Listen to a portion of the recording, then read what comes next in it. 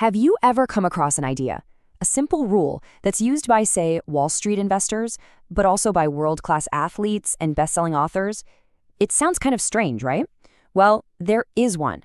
It's a simple idea, just 1%, but it governs two completely different worlds, finance and our own personal growth. Let's explore how. It really all boils down to this one question. What's the common thread that links building a property portfolio with, well, building a better you?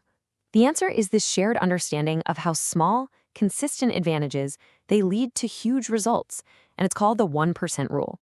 So first, let's start with this rule is most famous in the world of dollars and cents.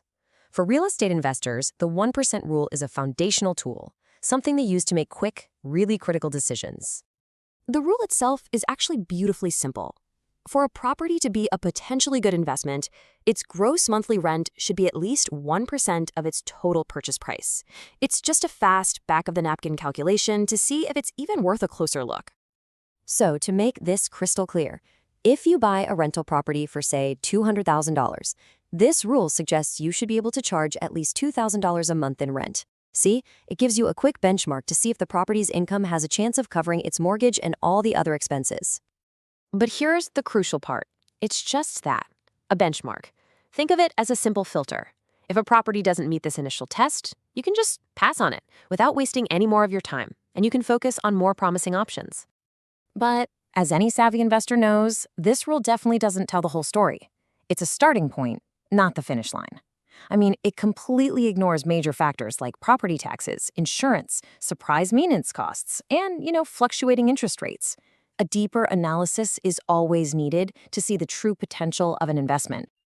And right here, our story takes a turn. We've been looking outward at things like money and property. But what if we turn inward?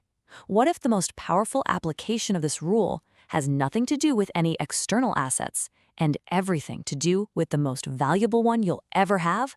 You. So now we're moving from the financial to the personal. And here, the 1% rule isn't about profit margins, it's about human potential. It's about the quiet, steady power of incremental progress. James Clear, the author of Atomic Habits, he frames it so beautifully with this quote.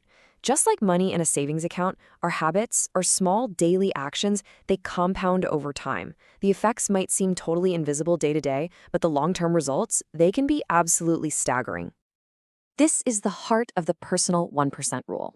It's not about some massive revolutionary change. It's about the gentle, consistent effort of getting just a tiny bit better every single day. That 1% improvement feels so small, but it is the seed of a total transformation. Scientists actually have a name for this phenomenon. It's called a cumulative advantage. Just think of two little plants in the Amazon rainforest. If one grows just a tiny bit faster, it gets a little more sunlight. That extra energy helps it grow even more the next day and the next, until it eventually dominates the canopy. That tiny initial edge, it compounds into a total victory. And this leads to what's known as the winner-take-all effect. In so many areas of life, from sports to business, you don't need to be twice as good to get twice the rewards. You just need to be 1% better. An Olympic swimmer might win the gold medal by 100th of a second, but they get 100% of the medal. That small edge earns the entire prize. So the crucial takeaway here is this.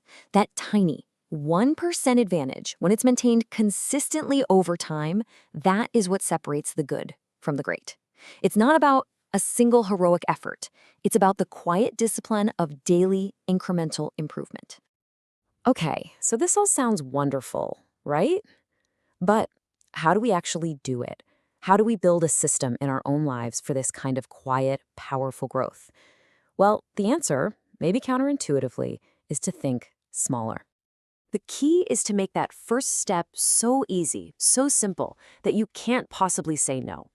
This is the core idea behind the Tiny Habits method, which was developed by a Stanford behavior scientist named B.J. Fogg. The whole goal is to make progress feel effortless. This simple little template you see here is the entire system. It breaks down into just 3 parts: an anchor moment, a tiny behavior, an immediate celebration. This is the recipe for wiring a new habit directly into your brain. All right, let's just break this down. First, you find an anchor. That's something you already do automatically, like brushing your teeth. Second, you attach a new tiny behavior to it, something so small it takes less than 30 seconds, like, say, flossing just one tooth. And third, and this is the most important part, you celebrate immediately. This quote from BJ Fogg is everything. The celebration, it could be a simple yes under your breath or a quiet smile. That's what tells your brain, hey, that was good, let's do it again. It's the feeling of success, not the feeling of shame, that makes a habit stick. This is how that neural rewiring happens. Here's a perfect, gentle example. The anchor is pouring coffee, something most of us do on autopilot. The tiny behavior isn't meditate for 20 minutes. No, it's just sit down on my meditation pillow. That's it. And then you just allow yourself to feel good about that tiny win. The habit of sitting down will grow naturally from there.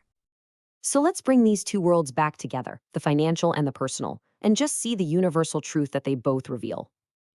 As we've seen, this isn't just some clever trick for a spreadsheet. It is a profound way of looking at growth and at progress.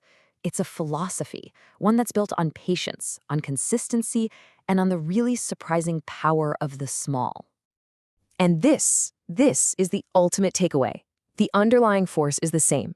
Small, positive inputs, when they're repeated over and over again, will always lead to remarkable, almost magical outputs.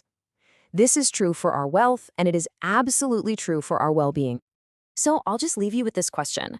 Not what grand plan you're going to make for next year or even next month, but what is the one, impossibly small thing, the single floss, the one sentence in a journal, the one deep breath that you can do today? What is your 1%?